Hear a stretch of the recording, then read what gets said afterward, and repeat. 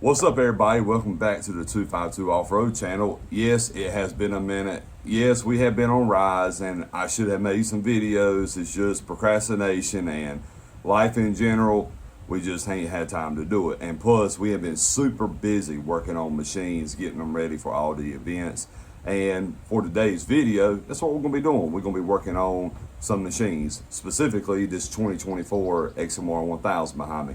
Now, this machine belongs to one of the off-road twins. If you're local to Busco, you've been to Busco, more than likely you've seen these two brothers out there. They got identical machines, identical mods, and they look identical. That's why they're called the off-road twins. So they do have a YouTube channel, so go check them out. Again, the off-road twins. So as you can tell by today's title of the video, we're going to be dealing with a four-wheel drive issue, and we had narrowed it down to a common issue that's been happening a lot since 2021. Now, by now, we're in 2025. A lot of you guys have probably experienced this problem and have already had it fixed. But you guys with the 2024s that, you know, still kind of new, still got maybe less than 150 hours or something like that, you know, this can be a common and prone issue. So in 2021, Can-Am released the new 4-lock front diff system for these machines. I think they came in the 850 and the 1000s in 2021. And then they gradually started adding them throughout the years. You know, 2022 had them, then the 23s got them.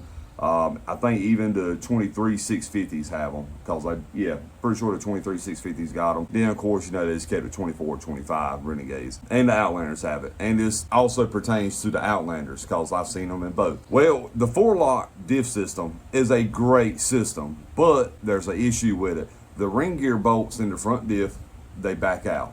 Luckily, if you catch it when that happens, you can save yourself quite a bit of money from grenading the front diff. And I have fixed a many of them, and it's always the same thing. It's just the ring gear bolts back out. So in today's video, I kind of wanted to show you exactly what's going on. And a lot of people, I get messages all the time like, hey man, my four-wheel drive don't work. I ask them what kind of machine it is. I ask them, does it have a front 4-lock diff? And then I ask, you know, if the actuator's working, if the four-wheel drive's popping up in the screen, your button on the handlebar's working, and your drive shaft isn't stripped out in the spline, or if your output shaft coupler isn't loose, then more than likely the ring gear bolts have backed out in the front. And it's a common issue, and I would have thought, or you would think, by 2023 Can-Am would have caught on to that, being a lot of these people were taking them back to the dealership and they were doing service reports, and hopefully the dealers were sending these reports back to BRP. That way they're aware of the situation and they can, you know, mitigate it or fix it. But, you know, this is how it is. Mass production, everything's going to have issues. Today, like I said, we're going to break the front end down, get the front diff out, and I'm going to show you exactly what we're talking about. But pulling the front diff essentially is not that bad. Can-Am actually made it pretty easy to do. It's just once you get it loose and everything, you do have to finesse it a little bit. But also, most importantly, make sure you unplug your harness for the front diff lock, because the last thing you want to do is get it up and out, and then you think you're caught on something, go to snatching, and you break the harness or the plug or whatever. But other than that, I'm gonna put y'all in a time lapse. We're gonna get this thing broke down, and we'll pick back up once we get it on the table, and I can show y'all what's going on.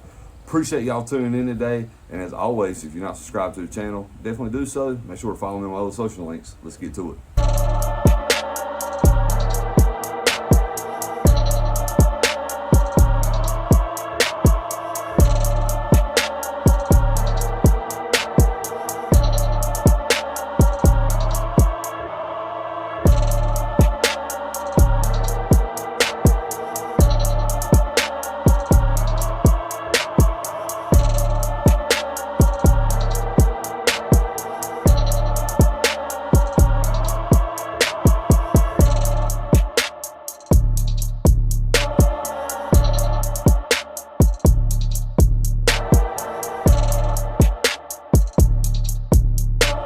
Alright guys, so we got the front diff out, but I want to go over a couple more things before we tear into it and I show you what's going on with it. So also, being that you're going to be doing all this work, be sure to check one thing while you're down here. This, make sure I can see it on camera. This right here, this coupler, this is your front output shaft, and this is where your front drive shaft goes into, this coupler right here. Inside this coupler, there is a 13 millimeter bolt and washer like this. Now, since about 21, 22, these have also been prone to backing out and loosening. And what this will cause is, if this backs out, that coupler will get loose and it'll start walking on the splines of the front drive shaft, and it'll cause premature wear, but also it can damage the through shaft. And the last thing you want that to do is damage those splines, because in order to properly fix that, you got to tear the whole engine out. So you got to pull the engine out, tear it down, split the case to get it out. And ain't like the Gen 1s where you can remove the through shaft without having to do all that. And what I recommend doing is taking it out, cleaning up the threads, put you some red Loctite. Don't use blue, don't use yellow, don't use green. Put some red Loctite. Green is a little bit stronger, but you want to be able to remove this bolt in the future if you need to replace the front output shaft seal. But put some red Loctite on this and put it back in there and run her in there pretty tight. So that's just a little tech tip, because I have seen multiple machines come in where their four-wheel drive wouldn't be working, or they'll say they're hearing like a rattling noise in the front end, and it's because it's bolt back down. And luckily, we were able to catch it in time before it messed up the through shaft splines. But also, that coupler and the front drive shaft is a wear item. You got to think it's metal on metal, it's splines. So over time, over years of use, it can potentially start to slip where it's just rounded out so much on the inside. But the main thing is this bolt right here. Make sure you check it, red Loctite, put it in there tight. I don't know what the torque spec is on this, but we just run them in there as tight as we can get them, let it cure, let it sit, and everything should be good. But anywho, I'm gonna get this bolt situated, get it put back in the coupler, and then we're gonna get the front diff right here on the table, and I'll show y'all what's going on with it. All right, so once you get all the bolts out, make sure all the bolts are out, should be able to just pull the side cover right off, like so. And don't touch anything on the inside, just set it to the side just like that, and then go ahead and flip your diff over. And then right here you'll see the whole diff system. But one thing I want you to be aware of is that this case does have an O-ring on it. You'll see a big O-ring. Make sure you put that back in its place before you reinstall, because if not, you will have diff leak issues. So just put it back around the edge. You'll see the groove that it rides in. And then if you want to, you can take you a little bit of grease or something to kind of give it a lubrication when you slide it on, and that'll help create a good seal. But just set it over there. Now, as far as the issue, it is exactly what I thought it was. So let me show y'all exactly what we got going on. Worst case scenario, you end up with what happened with this diff. All these bolts, they basically loosened up, and literally I'll show you how to pull the spar, super simple. But as you can see how I'm pulling them straight out, when these bolts get loose and you don't catch it in time, see what happened? It sheared all 8 of them. You have 8 bolts that go around this whole setup. But also, when it shears them off, it'll break them apart down in the actual ring gear. So it's super simple to take this apart. Literally pull the outer cup off. I'm not going to use technical names because I don't want to confuse nobody. You got this big spring, and then when you get right here, this whole setup just comes right out. So basically just grab it and just kind of give it a little bit of back and forth motion, and it should pop right out like so. And then once you get right here, if your bolts are all sheared off, then be careful, make sure you don't drop the ring gear. Just bring it right over to the side, and you should be able to walk it off. If not, then take you a little rubber mallet and just kind of hit the edge of the ring gear to get it to come off, and it'll slide right off. You don't need a lot, just a little bit. There we go. And then boom, there's your ring gear. So this is what I'm talking about. Luckily, the ring gear and the pinion gear look fine, so that's great. But you can see all the holes, they still have the bolt tips in them. So we're gonna have to get those out. So we're just gonna set that right here. But another thing, a big thing that a lot of people, if you get to this point, you think it's just those 8 bolts. No, there's 2 more bolts. That whole system that we just pulled out, if you look right here, you got 2 bolts right here. These also are prone to coming loose. Matter of fact, these are loose. So if they're okay, pull them out and re-Loctite them. So, yep, these were just as loose. Hopefully it didn't shear these off. They look pretty good. Yeah, that one's good. Yeah, they're good. So this is what them 2 look like. Right there. And like I said, it's just 2 of those. So make sure you re-Loctite both of them and reinstall them. Just don't strip them out. But yeah, I mean, once you get to this point, it's just now, if you got stripped out bolts, then if you do not have a way to get them out, then take them to a machine shop or weld shop, or maybe even an exhaust shop. They might be able to help you. But for now, we're going to get these out, and then we're going to get some new hardware, and we're going to throw it back together. So bear with me. All right, so we got us some new hardware. Got us some 12.9 hardened Allen head socket bolts, and we got us some new, whatever you want to call these, countersunk, flush, Allen head little bolts, the 2 that I showed y'all that go right here, that hold the inner and outer housings together. We went ahead and got some new of those. That way we can go ahead and make sure all the bolts are fresh on the inside. So now we're going to take us some good old O'Reilly's brake cleaner, and we're going to clean the inside of these cases out a little bit, get any kind of sludge or black goo or anything of that nature that was in there, because like I said, he did have an axle seal that was leaking. So he definitely got a little bit of foreign debris in there. So we're gonna get both cases cleaned out. And remember, like I said, if you're doing this process before you put these cases together, take you a little bit of grease and rub on this O-ring all the way around. That way it creates a nice seal, keeps it lubricated, and just make sure, you know, it isn't dry going in if you clean out brake cleaner or whatever, giggity. But anywho, we're gonna make sure everything looks good in the locker and diff assembly. And we're gonna get the bolts put back in the ring gear and get them red Loctited, and we're gonna go from there. So y'all bear with me, I'll put y'all on a time lapse.